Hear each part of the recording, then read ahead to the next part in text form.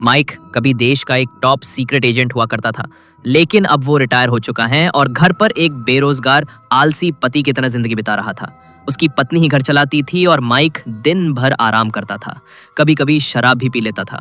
एक सुबह माइक गहरी नींद से उठा। जैसे ही उसने आंखें खोली, देखा कि टेबल पर तरह तरह के स्वादिष्ट खाने सजाए हुए थे। उसकी पत्नी खुश होकर बोली, आज तो मुझे तुम पर गर्व है। माइक हैरान था कि उसने ऐसा क्या कर दिया। पत्नी ने बताया कि पिछली रात माइक ने एक कॉमिक बनाई थी और जब वो सो रहा था तो उसने वो कॉमिक इंटरनेट पर अपलोड कर दी। वो कॉमिक रातों रात हिट हो गई थी। हजारों लोग उसे पढ़ रहे थे और उसकी तारीफ कर रहे थे। लेकिन माइक का चेहरा सफेद पड़ गया, क्योंकि उसे पता था कि वो कॉमिक असल में उसकी जिंदगी के असली मिशनों पर आधारित थी। अगर ये बात बाहर आ गई तो वो बड़ी मुसीबत में फंस सकता था। वो तुरंत कॉमिक वेबसाइट के एडिटर इन चीफ के पास पहुंचा और बोला, कृपया ये कॉमिक हटा दीजिए, ये गलती से अपलोड हो गई है। लेकिन एडिटर ने हंसते हुए कहा, नहीं नहीं, इसे रहने दो। और हाँ, तुम शराब पीकर लिखते रहना, क्योंकि तब तुम्हारी कहानियां और मजेदार होती हैं। माइक मायूस होकर घर लौट रहा था कि तभी तेज बारिश शुरू हो गई। उसे याद आया कि उसकी बेटी बिना छतरी के स्कूल गई है।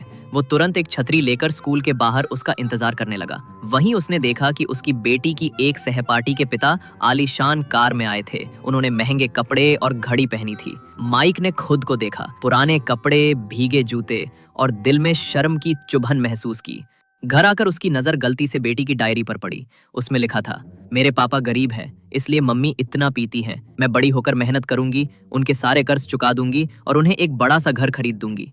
ये पढ़कर माइक की आंखें भर आईं। वो रो पड़ा। उसी समय उसने फैसला किया, अब मैं अपनी पत्नी और बेटी को अच्छी जिंदगी दूंगा। उसने फिर से अपने पुराने मिशनों पर आधारित कॉमिक लिखनी शुरू की। जब उसने उन्हें ऑनलाइन डाला तो वे पहले से भी ज्यादा लोकप्रिय हो गईं। स्कूल कॉलेज के बच्चे उन्हें पढ़ने लगे, लोग उसके फैन बनने लगे। उसकी बेटी गर्व से अपने दोस्तों को बताती कि ये कॉमिक उसके पापा ने लिखी है। पैसे आने लगे, घर में खुशियां लौट आईं। उन्होंने वो डिजिटल पियानो भी खरीद लिया जो उसकी बेटी कई सालों से चाहती थी।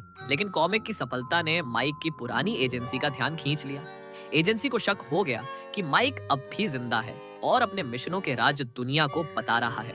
उन्होंने उसे पकड़ने के लिए एजेंट्स भेजे। माइक ने छिपने की बजाय उनका सामना किया। कुछ एजेंट्स को तो उसने आसानी से हरा दिया, लेकिन जब एक बड़ा ग्रुप आया तब भी उसने अकेले ही सबको मात दे दी। उसकी पुरानी लड़ाई की ट्रेनिंग आज भी वैसी ही थी। उसने पासपोर्ट उठाया, पत्नी को फोन किया और सच बताने की कोशिश की।